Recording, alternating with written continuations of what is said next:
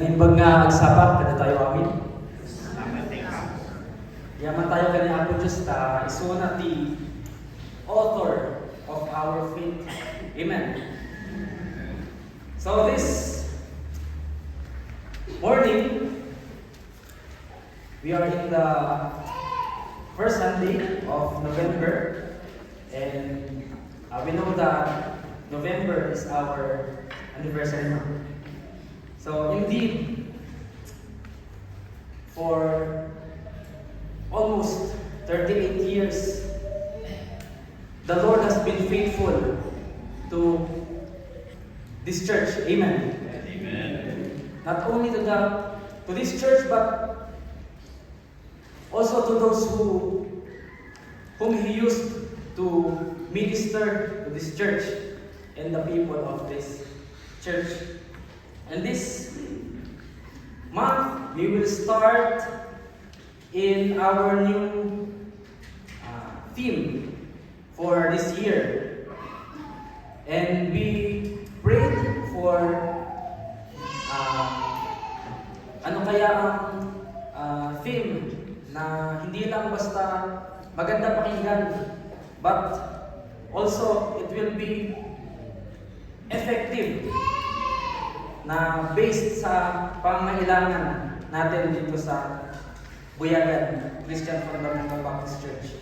So in line with our theme, true to the Word, relevant to the world,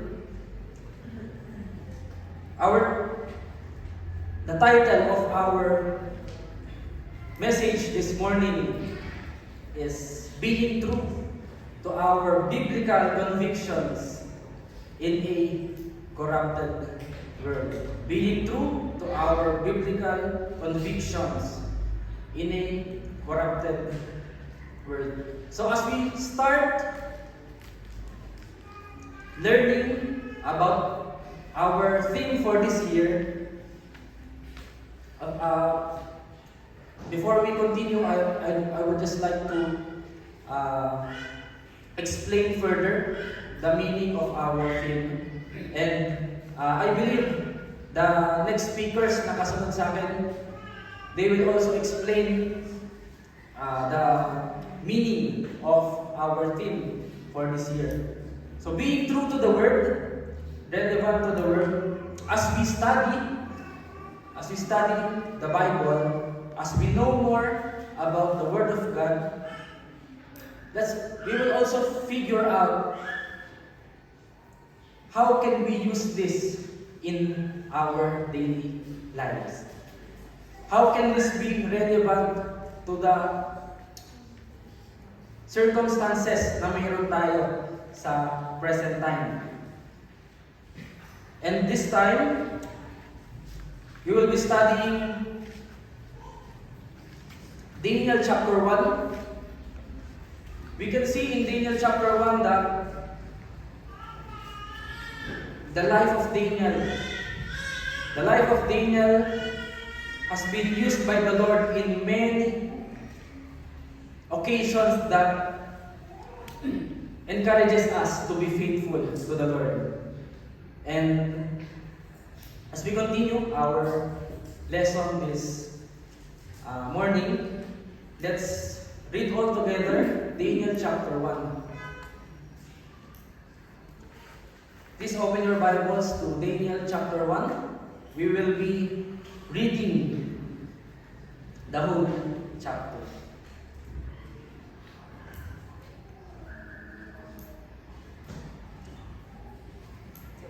So let's all stand as we give reverence to the reading of God's Word.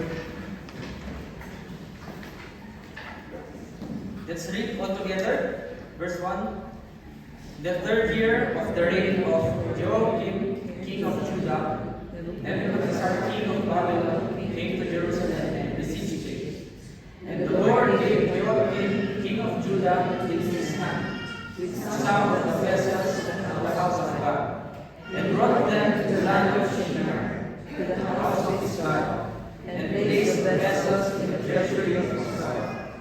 Then the king commanded Ashpenaz, his chief eunuch, to bring some of the people of Israel both of the royal family and of the nobility, youth without blemish, of good appearance and skillful in all wisdom, endowed with knowledge, understanding, learning, and competence to stand in the king's palace, and to teach them the literature and language of the Chaldeans. The king assigned them A daily portion of the food that the king ate, and of the wine that he drank. They were to be educated for 3 years, and at the end of that time, they were to stand before the king. Among these were Daniel, Hananiah, Mishael, and Azariah of the tribe of Judah. And the chief of the eunuchs gave their names. Daniel he called Belteshazzar, Hananiah he called Shadrach, Mishael he called Meshach, and Azariah he called Abednego. But Daniel resolved that he would not defile himself with the king's food or with the wine that he drank. Therefore he asked the chief of the eunuchs to allow him not to defile himself. And God gave Daniel favor and compassion in the sight of the chief of the eunuchs. And the chief of the eunuchs said to Daniel, I fear my lord the king, who has signed your food and your drink. For once should he see that you were in worse condition than the youths who are of your own age, so you would endanger my head with the king. Then Daniel said to the steward whom the chief of the eunuchs had assigned over Daniel, Hananiah, Mishael, and Azariah, test your servants for 10 days. let us be given vegetables to eat and water to drink. Then let our appearance and the appearance of the youths who eat the king's food be observed by you, and deal with your servants according to what you see. So he listened to them in this matter, and tested them for 10 days.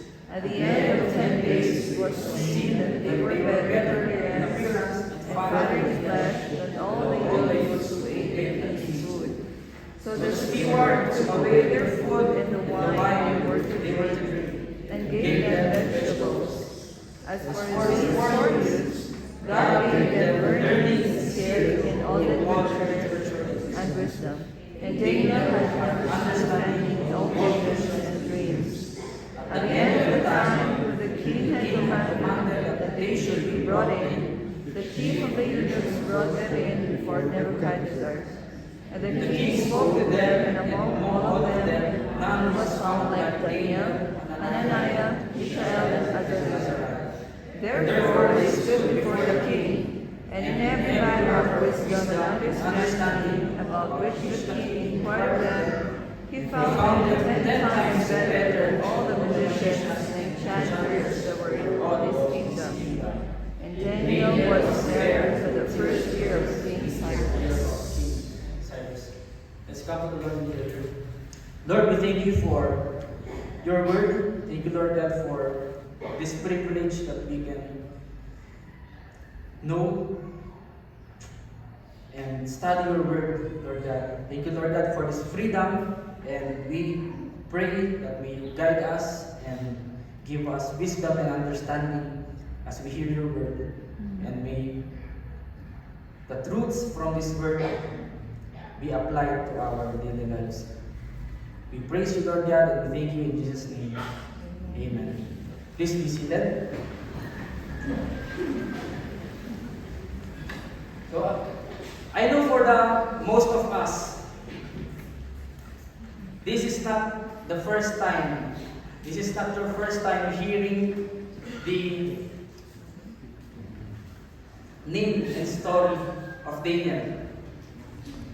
Daniel and his story was very famous even noon pa lang sa ating mga Sunday school. So, alam ko sa marami sa atin, ang natatandaan sa pag sinabi ang pangalan ni Daniel, ang natatandaan ay yung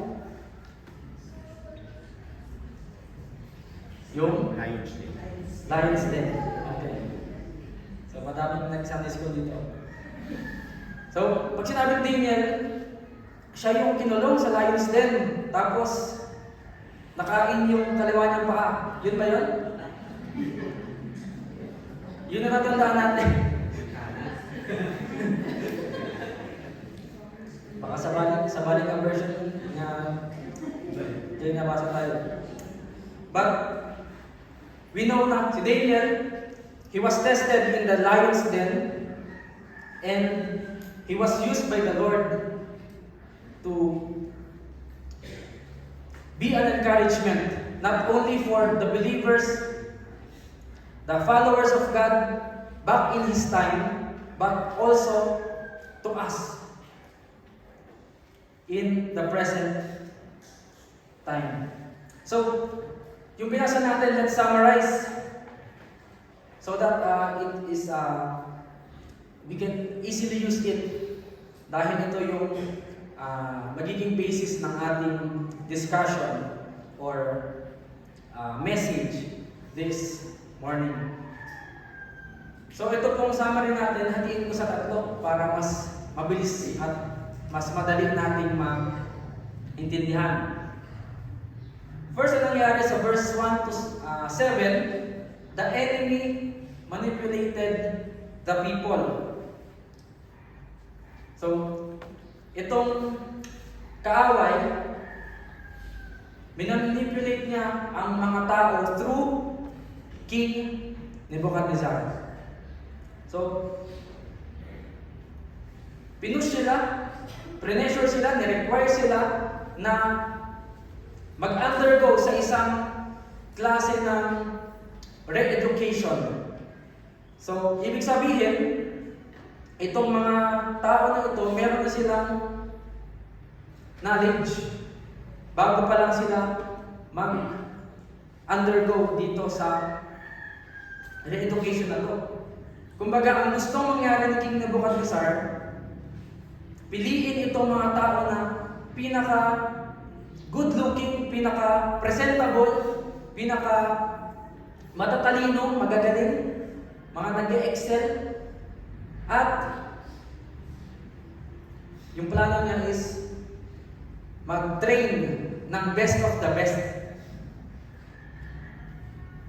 So ang purpose nitong education niya is itong may mga potential na nakita niya. Gusto niya yung potential nila, yung talino nila ay magamit according doon sa kanyang gusto. According sa kanyang pinapaniwalaan. So, King Nebuchadnezzar tried to educate the young men. So, galing sila sa kanilang lugar, sinakop sila ni King Nebuchadnezzar, and itong mga napili na mag-undergo ng re-education is dinala sa Babylon. Para for 3 years, sila ay tuturuan ng kanilang language, tuturuan ng kanilang culture, pati yung kanilang lifestyle. And hindi lang yun. Sa kagustuhan ni King Nebuchadnezzar na pagkatapos ng 3 years, talagang wala na kayong trace ng inyong pinanggalingan na lugar at beliefs. Ano po ang ginawa niya? Yung pangalan nilang 4, pinalitan ng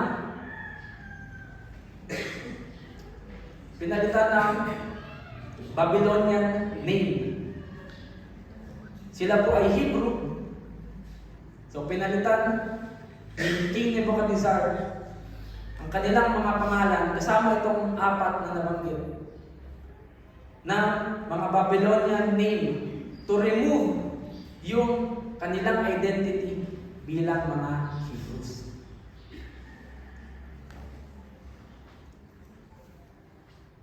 Kung titignan natin, akala natin dito lang sa time natin nagkakaroon ng re-education ng mga masasamang influences na tinatry yung tama baliktarin, i-twist according sa gusto nilang mangyari. O hindi lang pala ngayon nangyayari yan. Back in the time of Daniel, nagkaroon ng ganitong klase ng re-education with the purpose na ang mga tao ilayo sila doon sa tama, ilayo sila sa alam nilang tama, and i-manipulate sila para sila ay magamit sa masamang bagay. So yan po yung nangyari sa verse 1 to 7. Makikita natin dito po sa ating present time, itong mundo natin, especially with the influence of technology, the world is trying to reshape us. The world is trying to influence us little by little para yung mga pinanghahawakan nating katotohanan, yung mga pinanghahawakan nating tama, maalis at mapalitan ng mali. Next po na nangyari dyan is sa verse 8 to 16. Even though na-pressure si Daniel at ang kanyang mga kasama, they resolved not to defile themselves with the king's food and wine. Bakit kaya? Kung isipin natin, this is a great privilege for them na sila ay ituring na parang isang VIP at bigyan ng special attention, bigyan ng special education. At kung ano yung kinakain ng hari, yun din yung meron sila. Gaano kalaking bagay ito. Back in their time, yung pagkain ng hari, sa kanya lang yun. Kung ano yung pagkain ng hari, walang ibang pwedeng magkaroon ng katulad nun. Even yung 1 or 2 steps lower sa position ng hari, hindi ka parehas ng kinakain ng hari. So ito, talagang binibigyan sila ng special na attention, special treatment dahil gusto nilang mag-produce talaga ng best of the best. So, they believe kung ano yung kinakain ng hari, yun yung mga makakatulong sa kanila physically na makakatulong sa kanilang pag-aaral, nakakatulong sa kanilang pag-develop ng kanilang sarili. But Daniel resolved not to defile himself because bakit ba masama itong pagkain ng hari? Because ito pong pagkain ng hari, saan po siya nanggaling? Binili siya sa palengke? Binili siya sa palengke pero hindi siya ang bumili. Binili ng mga tao to offer sa mga Diyos-Diyosan. At kung ano yung mga na-collect na offering is yun yung napupunta sa hari. So, knowing this, Daniel, pinili niya na hindi madungisan ang kanyang sarili ng mga pagkain na ito. And we can see and we can learn from that decision of Daniel that yes, he knows the Lord. Katulad natin, we know the Lord. But Daniel had the conviction, a strong conviction that led him to have courage to stand firm sa kanyang pinapaniwalaan. And ang next po na nangyari, dahil sa kanilang faithfulness, sa kanilang pag-stand sa katotohanan,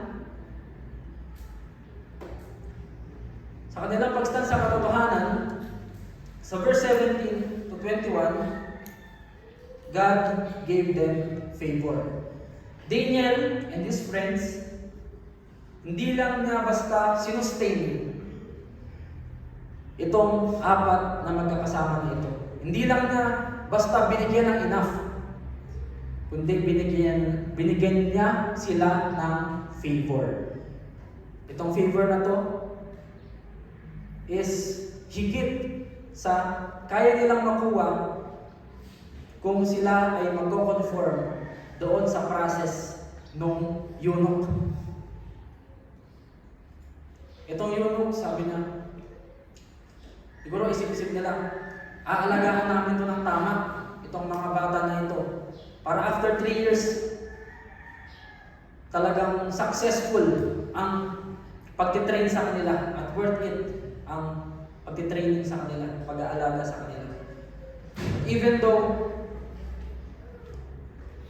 si Daniel at ang kanyang mga kasama decided not to undergo that process, the king found them 10 times better than others. 10 times better doon sa kumakain ng mga masusustansyang pagkain. Sa mga pagkain na nagbibigay ng additional nutrients. Pero sila gulay lang. But yung pag-develop ng kanilang utak is 10 times better doon sa kanilang mga kasama. Alam po natin, when it comes to nutrition, iba ang naibibigay ng karne sa pag-develop ng katawan at ng utak ng tao. But dito po sa verse 17 to 21, the Lord proved na if you will be faithful, if you will stand firm sa katotohanan, He can override those nutrition rules. Nakikita po ba natin yan? Na even though technically tama, dapat pag may karne, mas malusog, mas maganda ang pag-develop ng tao. But ito ang kapangyarihan po ng Panginoon. And He will honor those who honors Him.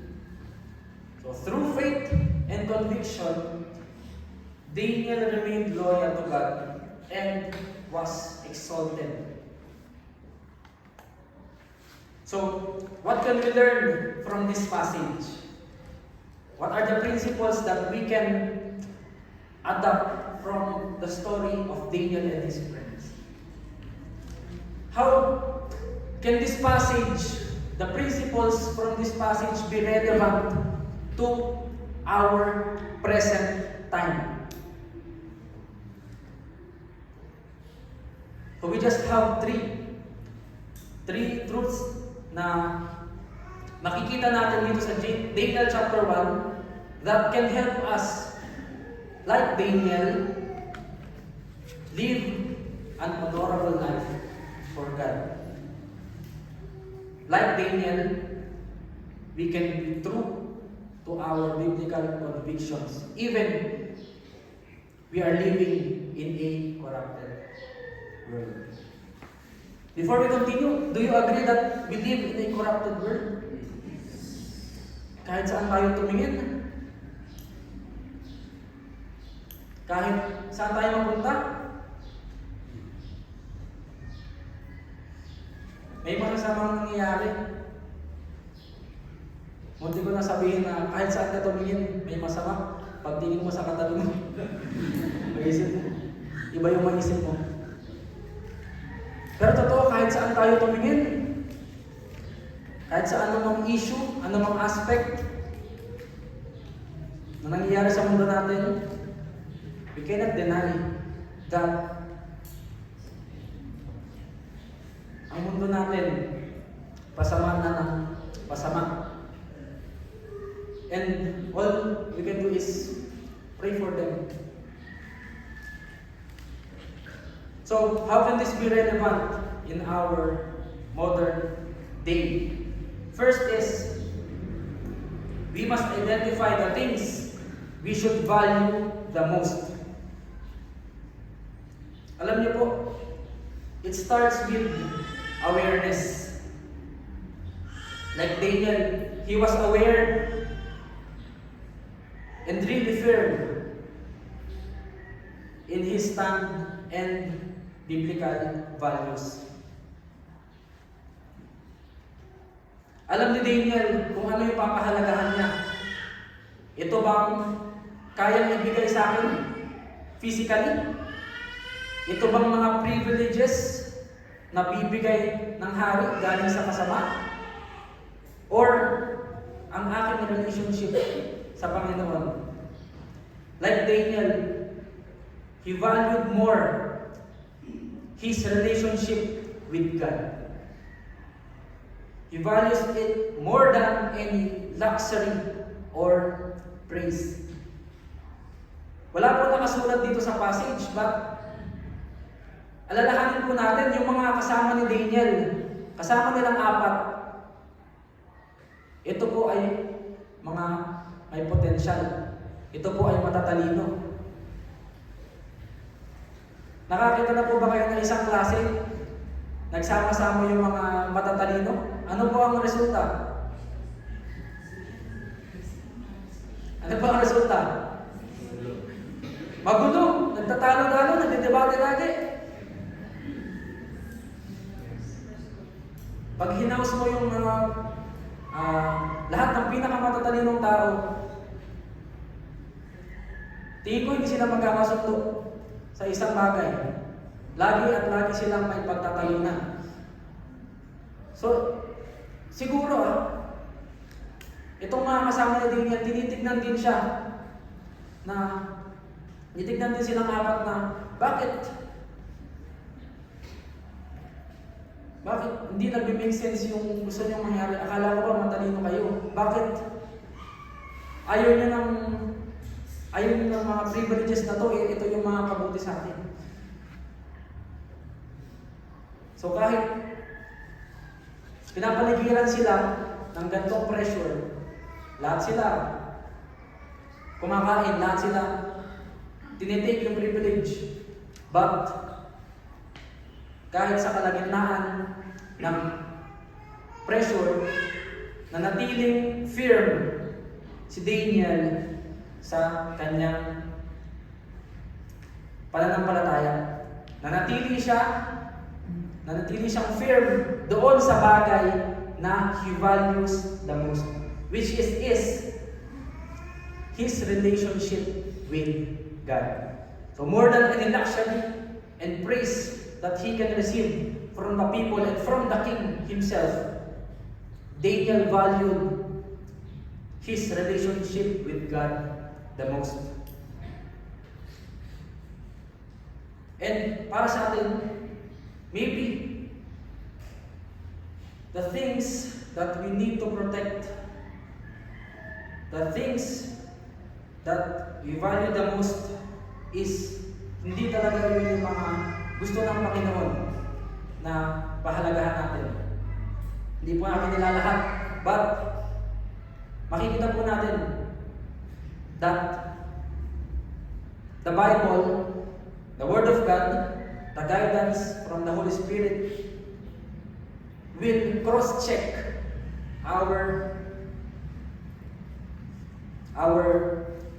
the things that we treasure, the things that we value, kung ito ba yung nararapat at talagang gusto ng Panginoon na pahalagahan natin.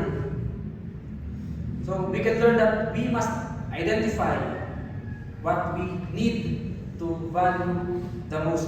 Sometimes the very reason why we fail to protect the things that we need to value the most is because we fail to identify the things that needs to be valued more. Kaya pala natin nakakalimutan kasi instead na i-prioritize natin, imbis na alagaan natin, i-treasure natin, nasi-set aside natin at napapalitan ng ibang bagay. Sometimes that's the reason Why we fail to protect the things that we need to value the most? It's because yung binavalue natin the most is hindi yun yung gustong ng Panginoon na i-value natin. Hindi yung mga kalooban para sa atin ng Panginoon na isa-set aside natin. That's why we fail to protect and treasure those things. So ito po yung mahirap na problema. Sometimes we cherish the wrong things. We are giving more value, attention, effort to the wrong things. That's why Colossians chapter 3 verses 1 and 2 wants to remind us that we need to value not the things of this world, not any material things, not any achievements, not any position, not any praise from people, not any fame, but the heavenly things. According to the story of Daniel, ano po itong mga bagay, mga heavenly things that we need to protect and value the most? Number one is our relationship with God. Like Daniel, he valued his relationship with God sa kabila ng matinding worldly pressure. You can also see in his story that he valued his obedience to the Lord. He valued his obedience to God's word. And third, alam ko, hindi pa natin makikita dito sa chapter na to dahil specifically mga mention ito sa chapter 6. But Daniel valued his prayer life. Nanatili siyang prayerful. Even binigyan sila ng gantong kabigat na task ng hari.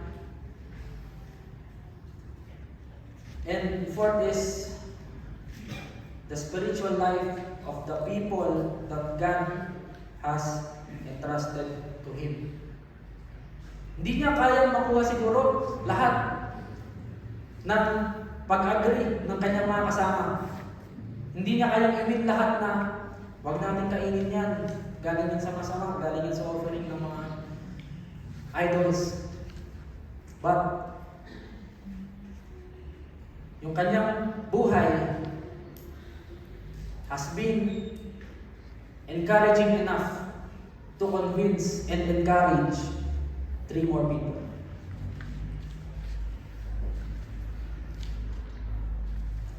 He valued his spiritual life and naging encouragement siya sa mga tao sa kanyang paligid. Hindi man nag-agree sa kanya lahat, but nagkaroon siya ng good testimony to be an encouragement sa kanyang ibang mga kasama. So, the reason why we forget to cherish and protect itong mga bagay na na-mention natin is sometimes we are being deceived by the enemy to divert our attention away from what is truly important. Katulad po ng sinabi ng aming speaker sa Benguet Fellowship, there is an active war. Sabi ni Pastor Jem Lalaan, every day is an active war. It's up to us if we will choose God or we will listen to the enemy. So knowing this, we must protect what we have because there is an unseen enemy who is actively working to steal everything from us. At itong enemy, itong kalaban natin, itong crafty enemy na mayroon tayo, hindi siya magpapakita sa'yo bilang isang masamang bagay. Laging magpapanggap siya na magandang bagay. Tapos pag nahook ka na, hindi mo na mamamalayan. Maraming magkakorek sa'yo, kaso nahook ka na. Ang ending, maglalaban na kayo. Hindi mo mamalayan, little by little, nakukuha ka na niya. And by the time na may magkakorek sa'yo, hindi mo na alam kung anong tama at mali. Ito po yung strategy ng kaaway na meron tayo. He will not steal everything to us in one instance. Hindi niya nanakawin lahat ng bagay sa iyo sa isang iglap lang. The enemy is seeking to steal the most precious things from us, little by little. And by the time we know it, ang hirap na malaman, ang hirap na ma-discern kung hindi, ito yung tama eh. Ito yung, alam ko, ito yung pinangawakan ko. Pero, ganun po mag-work ang kaaway sa atin. He is the great deceiver. Kahit anong paraan na alam niya na maniniwala ka, he will always try to deceive you. Question is, what are the things that you value the most? Nagtitake down notes ba kayo? Pwede isama nyo dyan sa notes mo. At least 3 things you value the most. Can you enumerate kahit 3 bagay lang? Ano yung mga bagay na pinapahalagaan natin?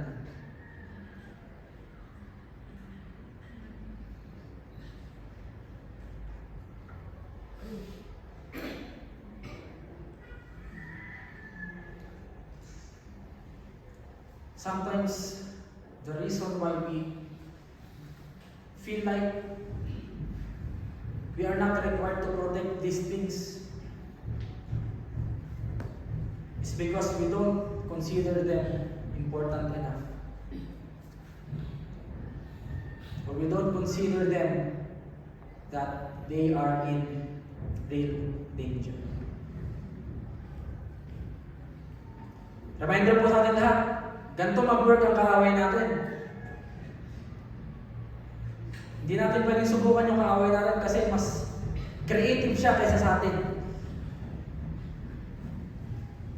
So, do we love these things so much that you will intentionally make an effort to protect them? It starts with awareness. Ano yung mga bagay na kailangan kong i-protect? Ano yung sinasabi ng Diyos na kailangan kong i-value? And doon magsisimula na, ito pala, yung mga bagay na yun. In practical application, mamaya, mas makikita natin, but in practical application, ngayon malaman ko na kung ano yung mga bagay na dapat kong pahalagahan. Doon ako mag-start mag-focus. So we are being reminded by the Lord this morning to give importance in knowing what are the things that we value and we need to protect and cherish the most. So another thing that we can learn in the story of Daniel is we must strengthen ourselves with deep biblical convictions. According to James chapter 1, but be doers of the word, and not hearers only, deceiving yourselves.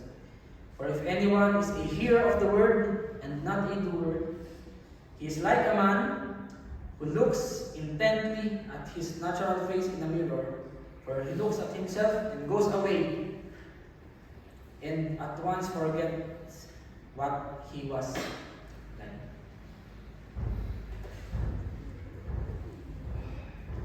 We learned in the story of Daniel, because of his deep biblical conviction, tumayo siya sa katotohanan.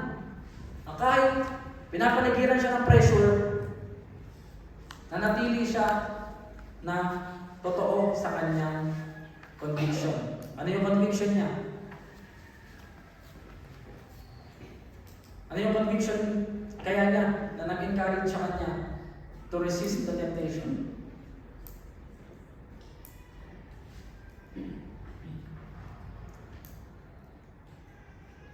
Yung kanyang conviction, maybe, wala pa ibang sasambahin, kundi ang Diyos lang. Kanyang conviction siguro, hindi ko dudumihan ang sarili ko ng mga pagkain at inumin na galing sa offering from the idols.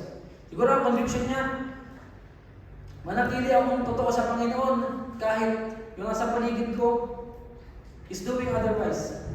Is doing the opposite. Pinanghawakan niya itong convictions na meron siya. And yun yung naging defense niya against the worldly pressure. Ano ba itong conviction na sinasabi natin? Convictions are deeply held beliefs that are not influenced by momentary feelings or societal trends. Ito daw mga convictions, hindi ito basta naapektuhan ng mood. So itong convictions, hindi natin pwede sabihin na hindi ko muna gagawin ngayong araw kasi hindi ko feel eh. Iba muna yung gagawin ko ngayon. Pass muna ako dito ngayon. Kasi parang wala ako sa mood. Hindi ko feel. Or hindi din siya apektado ng kung ano yung nangyayari sa paligid mo. Sabihin mo, ito ang stand ko sa bagay na ito. Mamaya magbibigay mo tayo examples. Ito yung stand ko sa bagay na ito. Pero pag iba na yung kasama mo, maybe kung walang nakatingin,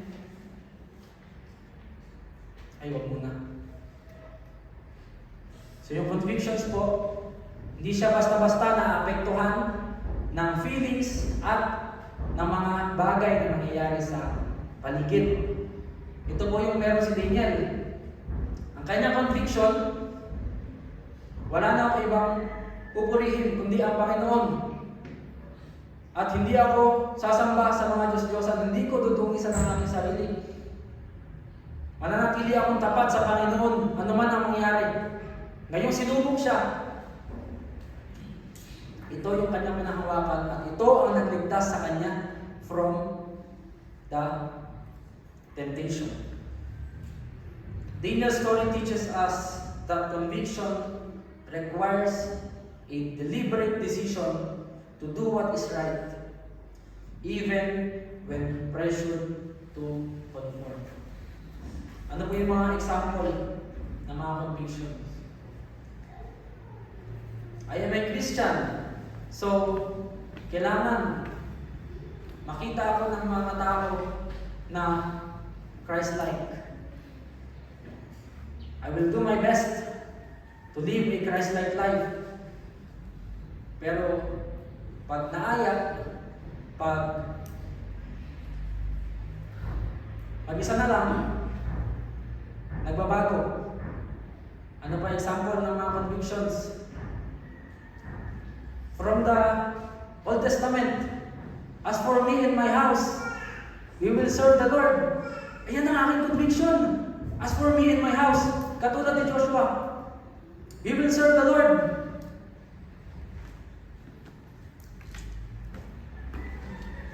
Pero, pag sa actual na, nahihirapan tayo.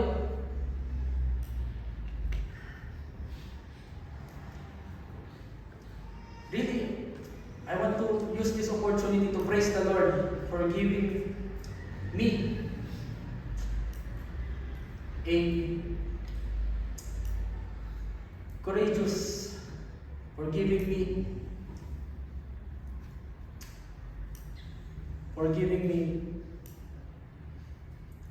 parents na hindi sila takot magdisiplina. Pag sinabi nila, as for me and my house, we will serve the Lord. Sunday na umagaw, gising ka na. As for me and my house, we will serve the Lord.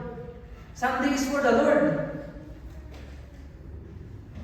Dapat, hindi ka na makikita sa mga bagay, sa mga makamuntong bagay. Dahil Christian ka na. As for me and my house, we will serve the Lord. Lahat tayo, pupunta ng church. Walang maiiwan.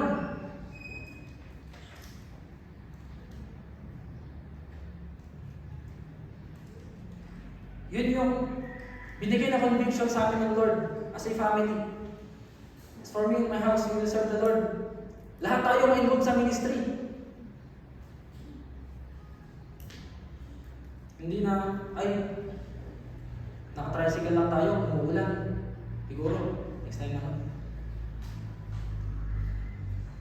Before, sa isang motor, 5 kami. Huwag na lang kasi mahirap mag-travel papunta church. But, because the Lord blessed us with this deep commitment, deep conviction, kahit anong mangyari. And nakita namin personally as a family na we honor that as a family. Grabe din yung blessings na ibinaling niya sa amin. Now, we need to have a deep commitment in studying and embracing the teachings of the Bible for us to formulate biblical convictions. Ilan po sa atin dito ang merong convictions? Medyo may ilan. Ano po ulit yung convictions? Ito yung mga katotohanan na pinapaniwalaan mo na ito yung gagawin mo pag may dumating na specific na situation. For example, your conviction is, I will commit my Sunday to the Lord. Pag dumating yung temptation na mabagyo, online na lang ako siguro. Or i-replay ko na lang, or makibalita na lang ako sa ibang araw. Bawi na lang ako next week. Pero hindi dapat, if you have that deep biblical conviction, you stand firm on it. Ano man mangyari? Transport strike man, traffic man, bumagyo man, you will commit your Sunday to the Lord if that's your conviction. Ano pa examples?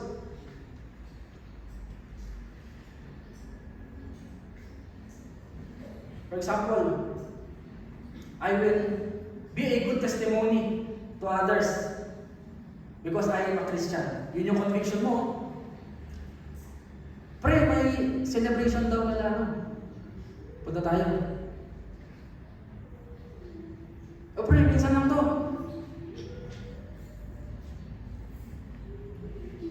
Alam ko, nagigets natin kung saan tayo papunta. Pag sinubok tayo ng pressure, lalo ng peer pressure, paano kung umabot sa time na yung conviction mo, for example, I love the Lord and I will be a good testimony. I love the Lord. That's why I will be an encouragement to others para sila ay magdala ko sa church. Paano kung dumating sa point na lahat na gumagawa, ikaw na lang ang hindi? It's 11:20, nag-alarm. Nagugulo na ba kayo? Nakalagay dito, nabisbisin suda. So, malapit na po tayo matapos. Paano kung dumating sa point na tayo na lang hindi gumagawa ng ginagawa ng mundo? Can we still be firm in our convictions? With With the help of the Lord. I hope so. We need to recommit ourselves to the biblical convictions and spiritual boldness.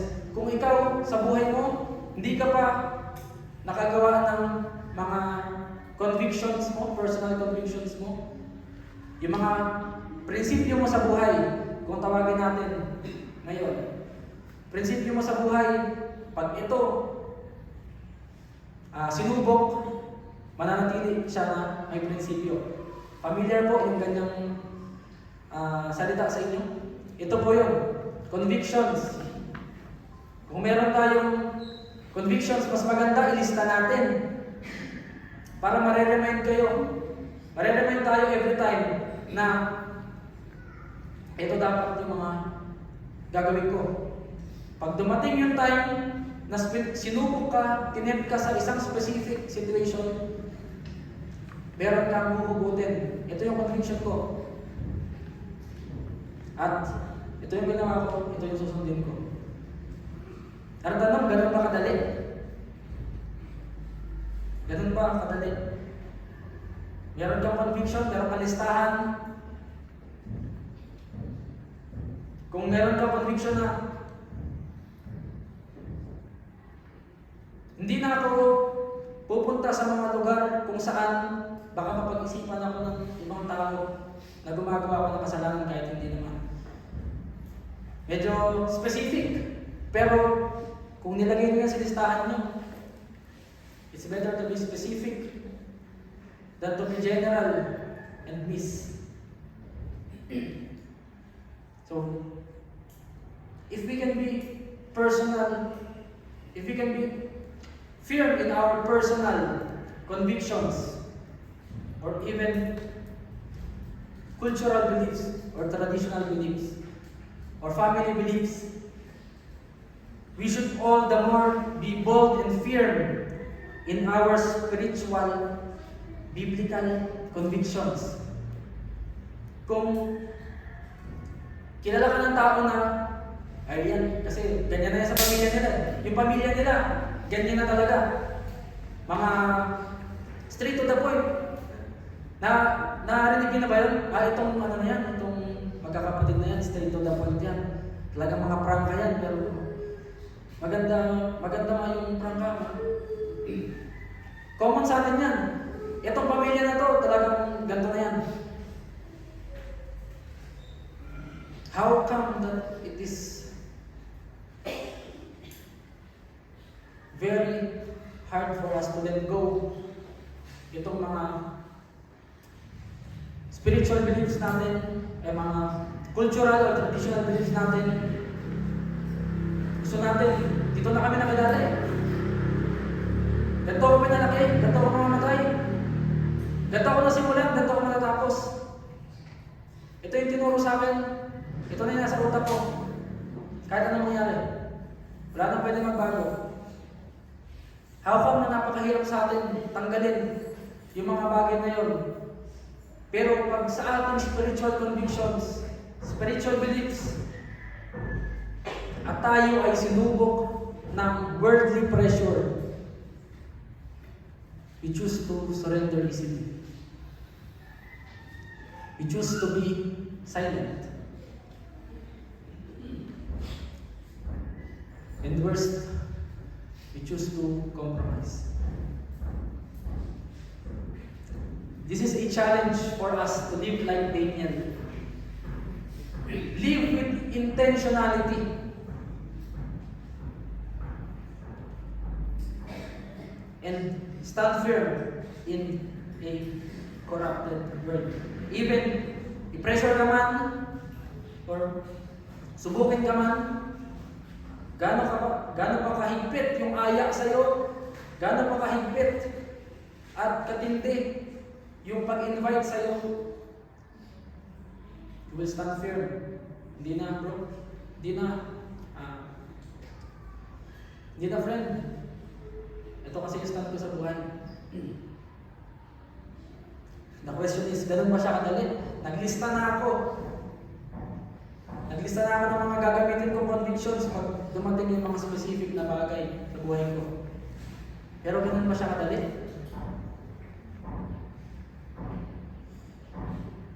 In the life of Daniel, hindi lang niya basta alam na mahal ko ang Panginoon, kaya hindi ko gagawin itong bagay na to. Alam niyo po kung ano ang mas higit pa sa pagkakilala niya sa Panginoon?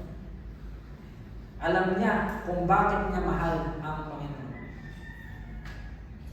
Not only that, Daniel,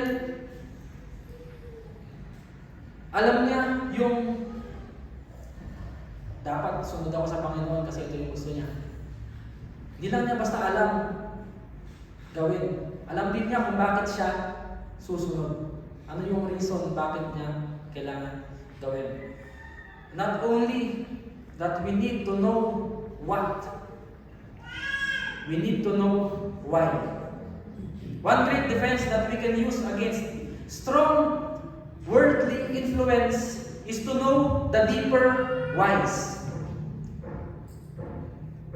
The deeper reasons why we will commit to every biblical principle that we know. What should I do as a Christian? Obey the Lord. But why do I need to obey? It's because He will honor me if I obey. If I obey, He will bless me. If susunod ako sa Kanya, matutuwa siya, mabibigyan ko siya ng glory.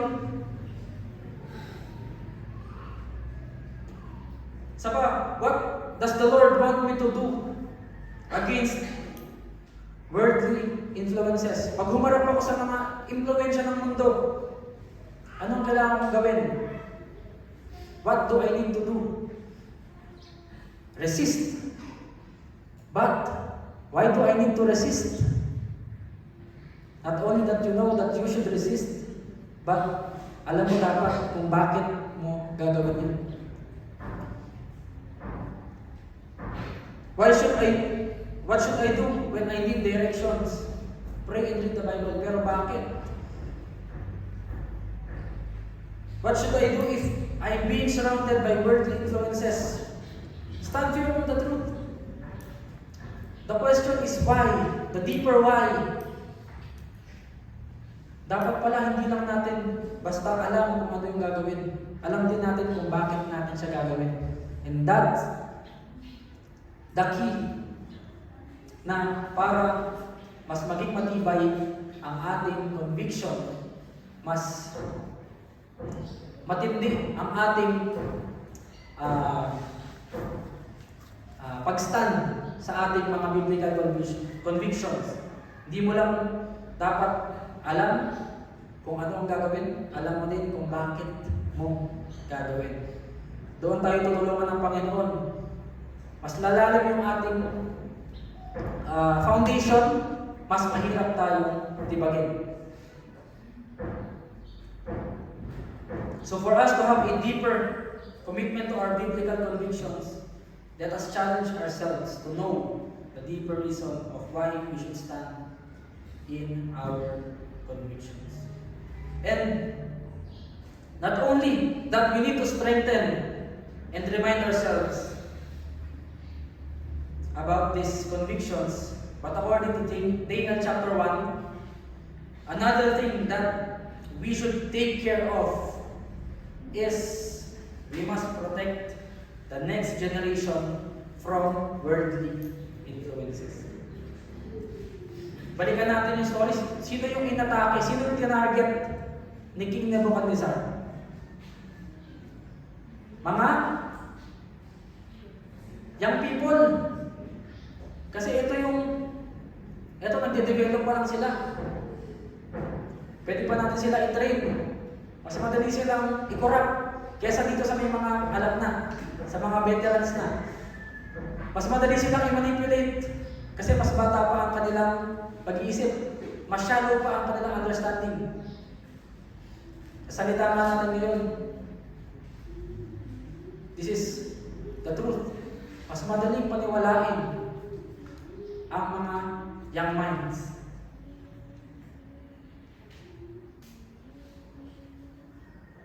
So we must protect the next generation from worldly influences. According to Proverbs 22, verse 6, train up a child in the way he should go.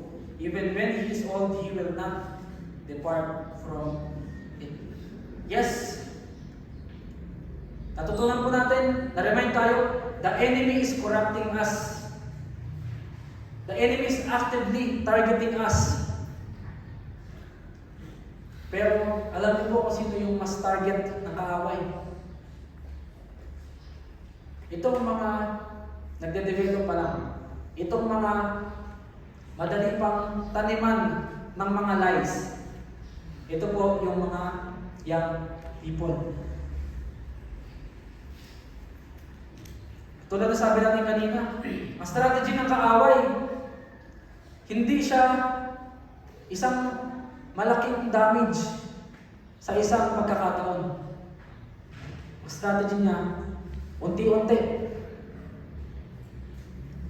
Mababaw muna. Pag unti-unti ka nahuhook. Isa pa, hanggang sa mapaniwala ka na, hanggang sa makuha ka na. And this is more true sa ating mga young people. Hindi natin alam lahat. Ang dami influences sa kanilang paligid na nakaka-apekto ng kanilang character. For example, a very little by little steps that we can notice harmful or identify as harm for them. For example, kung lagi na nakikita na alcohol is a symbol of celebration.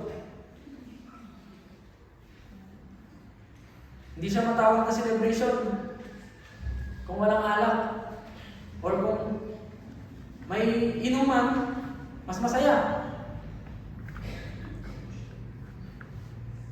So, na-develop sa kanila na pag may na-achieve sila sa buhay, dapat may alcohol. Di natin napapansin kasi very subtle. Second, rainbow is a sign of freedom and pride. Nakita nyo ba yung bagong ginawag nila sa Camp Janhay?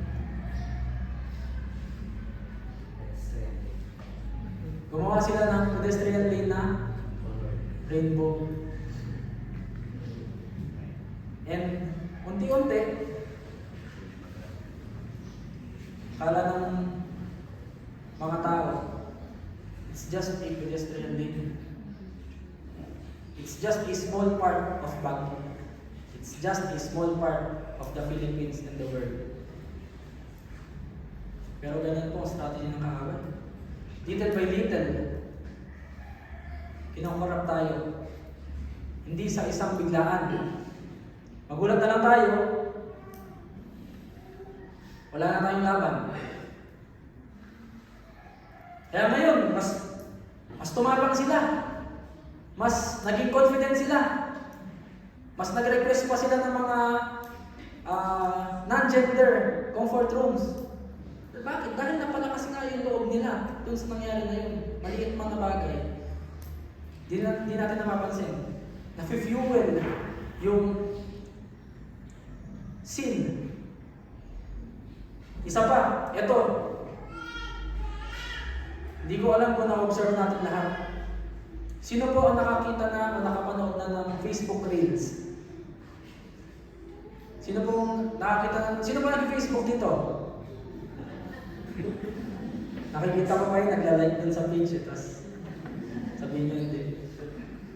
Yung mga Facebook Reels natin, na nakikita, minsan 30 seconds, minsan 1 minute, basta hindi lalagpas ng matagal na matagal.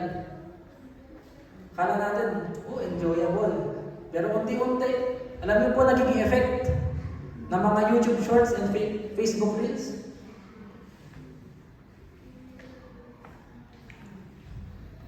Alam niyo po ang naging resulta? na kukurap yung mind natin. Unti-unti na yung attention span natin is dapat ganun kahaba lang din. Dapat 30 minutes, pastor, tapos ka na ha? Kasi sanay ako sa Facebook Reels eh. Unti-unti, natitrain lalo yung mga bata. Kahit po tayo mga adult, na dapat within 1 minute, nakuha ko na lahat ng information. Nakuha ko na yung buong picture in just few seconds. Kaya ngayon, ang hirap na tumagal sa lesson, sa discussions. Ang hirap na mag-flow sa preaching kasi yung attention span natin lumiliit. Dapat ganito, tapos ka na, dapat ganito. Nakuha mo na lahat ng kailangan kong marinig. Dapat within 5 minutes, next. Ganun po yung social media. Tama po ba? Unti-unti. Unti-unti yung pag-atake. Pero effective. Isa pa. Hindi natin namamalayan pero ganito po yung nagiging mindset. Lalo ng mga kabataan. Doing little sins are good. Kasi hindi naman ako katulad ng mga criminals na malalaki yung kasalanan. Bakit? Yung justice system, kahit gaano kalaki pa kasalanan mo, kahit gaano kalaki pa inanakaw mo, hindi ka naman mapaparusahan eh. How much more itong gagawin ko na maliit. So unti-unti, nakukarap tayo, especially the young people. Hindi naman ako mapaparusahan eh. Kasi nakikita ko, ganitong klase naman yung sistema. These are just few of the many things. Isa pa, gusto ko lang ihabol ng mabilis. Sunday is family day. Alam ko, medyo magkakaroon tayo ng violent reactions karamihan sa atin. Natutunan natin sa mundo, especially sa Philippines, Sunday is family day. But according to the Bible, Sunday is the Lord's Day. Pwede lang natin gamitin na Sunday is family day if you will go to church, worship the Lord as a family. Or you will go to church, you will worship with your BCFBC family. Not your time to spend family plans. Pwede siguro after, but the priority is this is the Lord's Day. Bonus lang yung fellowship ng family. Yung blessing of fellowship ng family. Hindi natin pansin. Tama po ba? Family day. Sunday is Lord's Day. Family day natin sa December 7. Punta po kayo. December 7 ba siya? Malaman natin December 6. Sabi sa inyo, hindi 7 kasi Sunday. 7.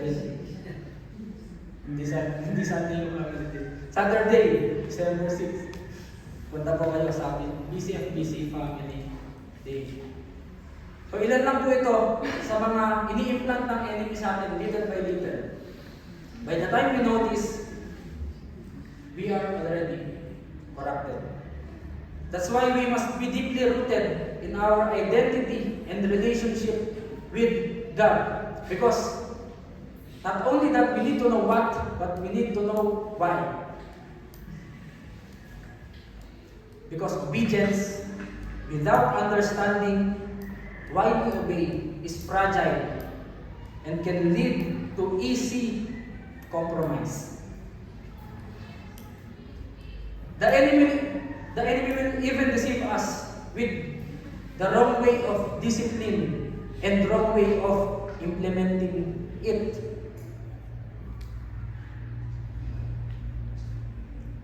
Yung mga young people na next generation ang pinagkatiwala sa atin ng Panginoon.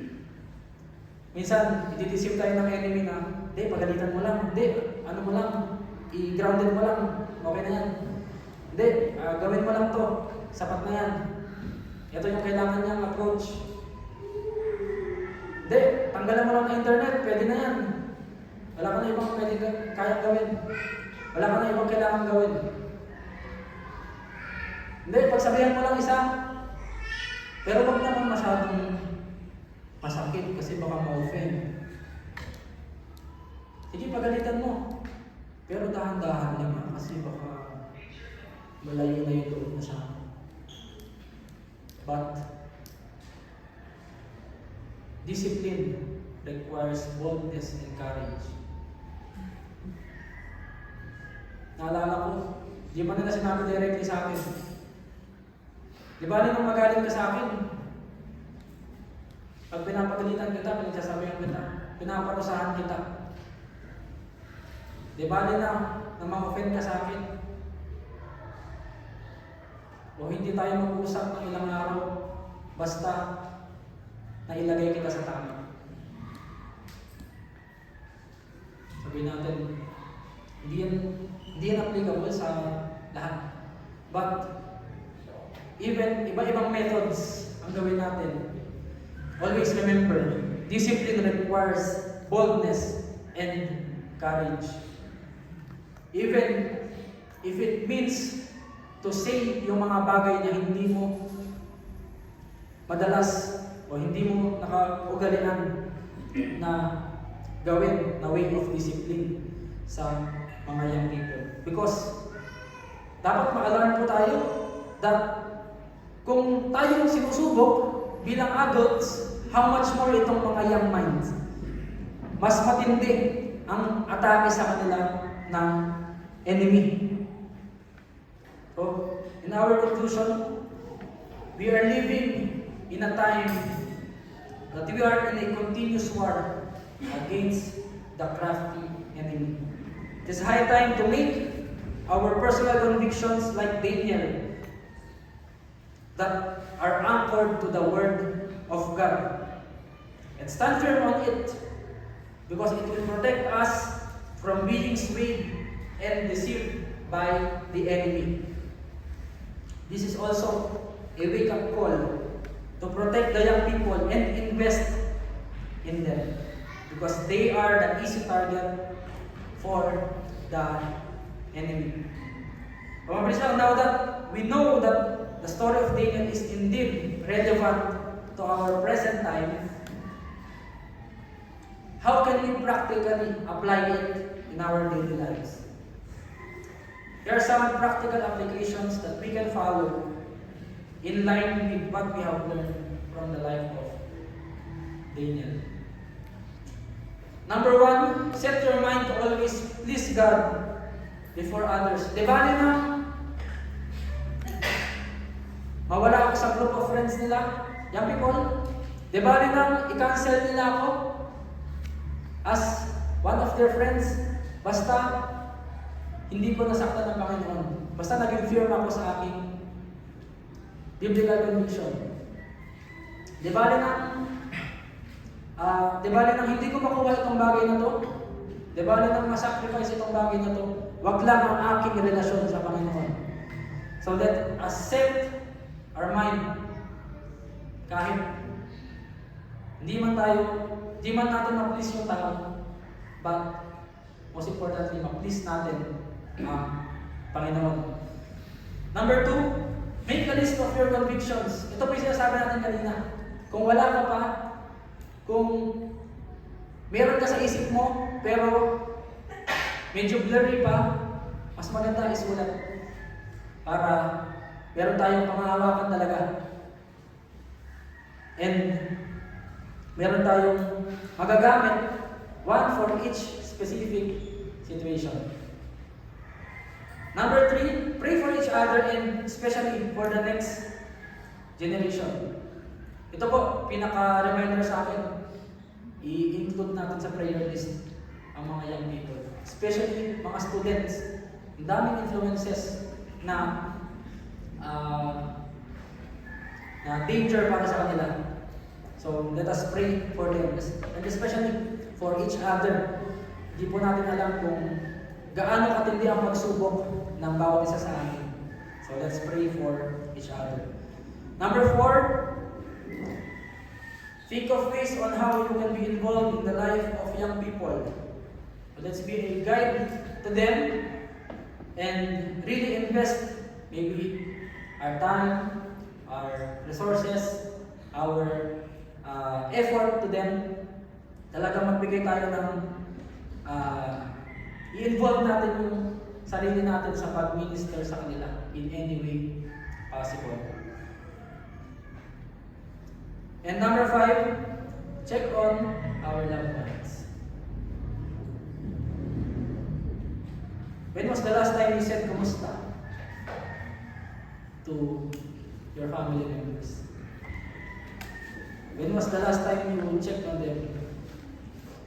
Na nasa ang stage sila, nasa ang season sila. And with that, doon pwede mag-start. Gamitin ng Panginoon na mag-start ka ng ministry sa kanila. Check on our loved ones. Kung sila ay walang sariling biblical convictions, kaya sila mabilis na mas-wait, mabilis mag-give up, mabilis umatras. Baka tayo yung gusto gamitin ng Panginoon na mag-usher sa kanila, mag-guide sa kanila. I hope and pray that with the story of Daniel, we can be challenged to live a life that is true to our biblical convictions, even in this corrupted world. Let's pray. Lord, we thank you for this time. Thank you, Lord God, for allowing us to learn from your word, and we continue to give us the desire, accept the challenges, the rebukes, Lord God, and help us to apply what we have learned in our daily lives as your follower. Thank you, Lord God. Bless our time as we continue our worship to you. In Jesus' name, amen.